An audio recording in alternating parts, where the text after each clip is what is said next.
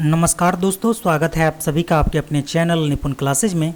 दोस्तों BSSC 10+2 level का notification आ चुका है, जिसके बारे में जो मोटे तौर पर जो बातें थी वो मैंने पिछले वीडियो में आपको बता दिया था। इस वीडियो में डिटेल से जानेंगे दोस्तों कि इसके नोटिफिकेशन के अंदर क्या क्या बातें कही गई है।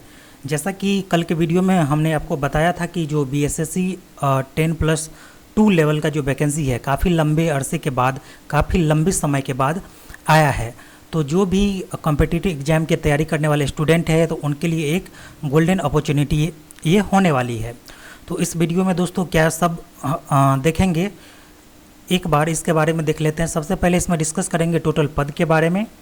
इसके बाद एजुकेशनल क्वालिफ़िकेशन, आरक्षण जो रिजर्वेशन मिलता है, एज क्राइटेरिया के बारे में, एग्जामिनेशन फ़ी और नेचर ऑफ एग्जामिनेशन, परीक्षा की प्रकृति क्या होगी, साथ ही एप्लीकेशन कब से स्टार्ट होगी और ये कब इसका क्लोज डेट होगा। तो इन सभी के बारे में एक एक करके जानेंगे। दोस्तों इससे पहले आप लोगों से एक रिक्वेस्ट है कि अगर आप हमारे चैनल पर नए हैं तो हमें ज़्यादा से ज़्यादा सब्सक्राइब कीजिए, हमारे चैनल को लाइक कीजिए, शेयर कीजिए। बढ़ते हैं दोस्तों टॉपिक की तरफ। सबसे पहले देख लेते हैं कि इसमें टोटल कितनी सीट है, वैकेंट पोस्ट कितनी है, कितने पदों के लिए वैकेंसी आई है। दोस्तों अगर कुल सीट की बात करें तो इसमें टोटल 11,098 सीट दिया गया है इस वैकेंसी के तहत, जिसमें कैटेगरी वाइज अगर हम सीट को देखें तो जनरल कैटेगरी वालों के लिए 5,064 सीट रहेगी, ईडब्ल्यूएस के लिए 1,090 सीट दी गई है। अगर बात करें दोस्तों ओबीसी, तो ओबीसी के लिए 1294 सीट रहेगी, ईबीसी के लिए 1884 सीट। अगर एससी की बात करें तो एससी की जो सीट है वो 1367 सीट एससी के लिए है और एसटी के लिए केवल 76 सीट यहाँ पे दी गई है। अगर फीमेल की बात करें दोस्तों तो 368 सीट फीमेल के लिए यहाँ पर दी गई है। लेकिन इन सभी जो भी सीटें दी गई है इसमें 35% सीट महिलाओं के लिए आरक्षित की गई है। साथ ही यहाँ पर स्वतंत्रता सेनानी के जो भी नाती पोते पोती होते हैं उसके लिए टोटल 233 सीटें उपलब्ध कराई गई है। तो ये था दोस्तों टोटल सीट के बारे में, और कैटेगरी वाइज मैंने बता दिया कि किस कैटेगरी के लिए कितनी सीटें उपलब्ध कराई गई है। और कुल मिलाकर देखा जाए दोस्तों तो 11,098 सीट है, तो 11,000 वैकेंसी कोई कम वैकेंसी नहीं होती है, वैकेंसी काफ़ी अधिक है। अगर बात करें एजुकेशनल क्वालिफिकेशन की शैक्षणिक योग्यता क्या होनी चाहिए, तो शैक्षणिक योग्यता दोस्तों इंटर उत्तीर्ण यानी कि इंटर पास 10+2 पास होना चाहिए। साथ ही आपको कंप्यूटर का नॉलेज होना चाहिए। लेकिन दोस्तों आपको एक बात यहाँ पर मैं मेंशन करना चाहूँगा कि ये जो कंप्यूटर नॉलेज है वो केवल कुछ ही पोस्ट के लिए है, जो टंकन वाले पोस्ट होते हैं उसके लिए। तो उसके लिए क्या नॉलेज होना चाहिए कंप्यूटर से रिलेटेड, तो कंप्यूटर ऑपरेट करना आना चाहिए आपको, कंप्यूटर चलाना, कंप्यूटर स्टार्ट करना, शट डाउन करना, ये चीज़ की जानकारी होनी चाहिए। साथ ही हिंदी या इंग्लिश की टाइपिंग आपको आनी चाहिए। अगर दो चीज़ है तब आप इन पदों के लिए एलिजिबल होंगे। तो ये हो गया दोस्तों एजुकेशनल क्वालिफिकेशन के बारे में। शैक्षणिक योग्यता क्या रहेगी, तो शैक्षणिक योग्यता आपको 10+2 यानी कि आप अगर इंटर पास है तो इस पोस्ट के लिए एलिजिबल हैं। नेक्स्ट है दोस्तों आरक्षण, काफ़ी इंपॉर्टेंट हो जाता है दोस्तों रिजर्वेशन, और इसके संबंध में कई बातें बताई गई है जिसको मैंने डिटेल से यहाँ पे बताने की कोशिश की है। आरक्षण का जो लाभ होगा दोस्तों वो केवल बिहार के अभ्यर्थी को ही दिया जाएगा, और बिहार के किस अभ्यर्थी को दिया जाएगा, तो जनरल को छोड़कर बाकी जो भी आते हैं उन सभी को आरक्षण का लाभ दिया जाएगा। लेकिन जो भी स्टूडेंट अदर स्टेट से बिलोंग करते हैं वो अगर फॉर्म फिलअप करते हैं तो उसे रिजर्वेशन का प्रॉफिट नहीं मिलेगा।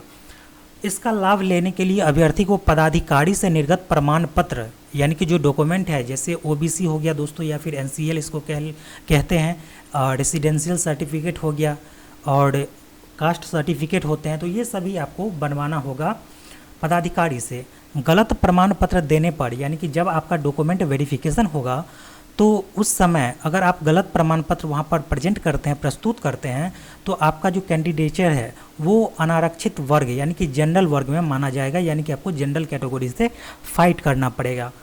ओबीसी वालों के लिए एनसीएल, यहाँ पर मिसप्रिंट हो गया है, एनसीएल होना ज़रूरी है। अगर एनसीएल 1 वर्ष से पुराना है, कई कई स्टूडेंट ऐसे होंगे दोस्तों जिनका एनसीएल 1 वर्ष पुराना हो गया होगा, तो ऐसे केस में क्या होगा, तो एक घोषणा पत्र आपको घोषणा पत्र समर्पित करना होगा, यानी कि घोषणा पत्र आपको देना होगा।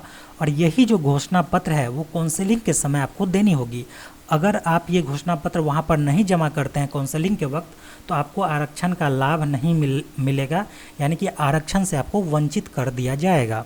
अगर वही बात करें एससी एसटी कैटेगरी के कैंडिडेट के लिए रिजर्वेशन के लिए क्या बातें हैं, तो उसको कास्ट सर्टिफिकेट यानी कि जाति प्रमाण पत्र और रेसिडेंशियल यानी कि अस्थायी निवास प्रमाण पत्र आरक्षण के लिए ज़रूरी है। तो जो भी एससी एसटी कैटेगरी के कैंडिडेट है वो अपना जो कास्ट सर्टिफिकेट है और रेसिडेंशियल यानी कि अस्थायी निवास प्रमाण पत्र है वो बनवा कर रखेंगे। आगे दोस्तों एज क्राइटेरिया के बारे में देख लेते हैं कि उम्र सीमा क्या रखी गई है। तो न्यूनतम उम्र सीमा, ज़्यादातर जो वैकेंसी आती है उसमें 18 वर्ष होते हैं, तो यहाँ पर भी जो न्यूनतम है मिनिमम एज क्राइटेरिया वो 18 साल रखी गई है, चाहे वो महिला हो या फिर पुरुष हो। अधिकतम आयु सीमा की बात देख लेते हैं। अगर आप जनरल कैटेगरी के और मेल कैंडिडेट है यानी पुरुष हैं, तो आपका जो मैक्सिमम एज है वो 37 वर्ष होना चाहिए। अगर आप अनारक्षित वर्ग की महिला है दोस्तों, अगर जनरल के फीमेल है तो 40 वर्ष होना चाहिए। पिछड़ा वर्ग मेल या फीमेल कोई भी होगा तो उसके लिए 40 वर्ष है, और अति पिछड़ा वर्ग का पुरुष हो या फिर महिला हो उसके लिए भी 40 वर्ष है। लेकिन एससी एसटी कैटेगरी में चाहे पुरुष हो चाहे महिला हो उसके लिए जो एज क्राइटेरिया रखा गया है वो है 42 साल। तो ये था दोस्तों उम्र सीमा के बारे में। आगे एग्जामिनेशन फ़ी का जिक्र है आपके नोटिफिकेशन में, तो इसके बारे में भी देख लेते हैं। जो general category OBC EBC EWS के मेल कैंडिडेट, यहाँ पर गौर कीजिएगा दोस्तों केवल मेल कैंडिडेट की बात हो रही है, तो उसको 540 रुपये फ़ी करनी 540 रुपये फ़ी के रूप में देने होंगे जब आप ऑनलाइन करेंगे तब। एससी एसटी केवल बिहार के लिए, अगर कोई एससी एसटी कैटेगरी के स्टूडेंट है और वो बिहार से बिलोंग करते हैं तो उसे 135 रुपये पे करने हैं। दिव्यांग सभी कैटेगरी के लिए, चाहे वो जनरल से हो, SC ST OBC EBC EWS, उनको 135 रुपये देने होंगे। सभी कैटेगरी की फ़ीमेल के लिए, किसी भी कैटेगरी की अगर फीमेल है, चाहे जनरल हो, ओबीसी हो, ईबीसी ईडब्ल्यूएस, तो उसे 135 रुपये पे करने होंगे। बिहार राज्य के बाहर के कैंडिडेट के लिए 540 रुपये पे करने होंगे। यानी कि अगर आप बिहार के general OBC EBC EWS male candidate है फिर भी आपको 540 देने होंगे। अगर बिहार राज्य के बाहर के कैंडिडेट है फिर भी आपको 540 रुपये पे करने होंगे। आगे नेचर ऑफ एग्जामिनेशन, परीक्षा की प्रकृति, एग्जाम जो लिए जाएंगे दोस्तों वो किस नेचर के होंगे, तो वो होंगे दोस्तों वस्तुनिष्ठ प्रश्न, यानी कि ऑब्जेक्टिव टाइप के प्रश्न होंगे। एक प्रश्न पर 4 ऑप्शन दिए जाएंगे और इसी टाइप के आपको प्रश्न देखने को मिलेंगे। यहाँ पर नेगेटिव मार्किंग की भी व्यवस्था है, नेगेटिव मार्किंग का प्रावधान किया गया है। और एक करेक्ट आंसर के लिए आपको 4 मार्क्स दिए जाएंगे दोस्तों। अगर आप एक इनकरेक्ट यानी कि गलत करते हैं तो 1 मार्क काट लिए जाएंगे, ठीक है। तो इससे आप ध्यान रखिएगा कि प्रति क्वेश्चन 4 मार्क दिए जाएंगे और नेगेटिव करने पर 1 नंबर आपके काट लिए जाएंगे। सिलेबस कहाँ से है, तो सामान्य अध्ययन को इसमें रखा गया है। और अभी जो मैं बात कर रहा हूँ वो केवल प्रारंभिक परीक्षा के लिए दोस्तों, जो आपकी पीटी होने वाली है उसका ये सिलेबस है, ना कि मेंस का। सामान्य विज्ञान एवं गणित से क्वेश्चन आएंगे, मानसिक क्षमता जांच से, यानी कि ये आपका सिलेबस होने वाला है। सिलेबस के बारे में डिटेल डिस्कशन करेंगे नेक्स्ट वीडियो में दोस्तों। यहाँ पर नोट में कुछ बातें लिखी गई है। मुख्य परीक्षा के लिए अलग से विज्ञापन आएगा, क्योंकि ये जो नोटिफिकेशन आया है, विज्ञापन आया है, उसमें दोस्तों जो मुख्य परीक्षा होगा, मेंस होगा, उसका जिक्र नहीं है। अगर ये पीटी हो जाएगा इसके बाद इसका विज्ञापन आएगा। और इस विज्ञापन में जो बातें बताई जाएगी उसमें ये है कि प्रारंभिक परीक्षा में जो पीटी होगा उसमें उत्तीर्ण 5 गुना अभ्यर्थी को मुख्य परीक्षा के लिए चयन होगा। यानी कि पीटी जितने कैंडिडेट पास करेंगे तो उसका केवल 5 गुना बुलाया जाएगा। कहाँ पर, तो मेंस के लिए, मुख्य परीक्षा के लिए। और इसके विज्ञापन का आपको इंतज़ार करना पड़ेगा, शायद रिजल्ट के बाद इसका विज्ञापन डिक्लेयर किया जाएगा। तो ये था दोस्तों आपके नोटिफिकेशन से जुड़ी हुई तमाम बातें। सिलेबस को डिटेल से डिस्कशन करना रह गया है, अगर इस वीडियो में करते हैं तो वीडियो थोड़ा लंबा चला जाता। आई होप वीडियो आपको पसंद आई होगी। अगर आप हमारे चैनल पर नए हैं दोस्तों तो हमारे चैनल को ज़्यादा से ज़्यादा सब्सक्राइब कीजिए, लाइक कीजिए, शेयर कीजिए। मिलेंगे नेक्स्ट वीडियो में नेक्स्ट वीडियो में नए टॉपिक के साथ। धन्यवाद। जय हिंद, जय भारत।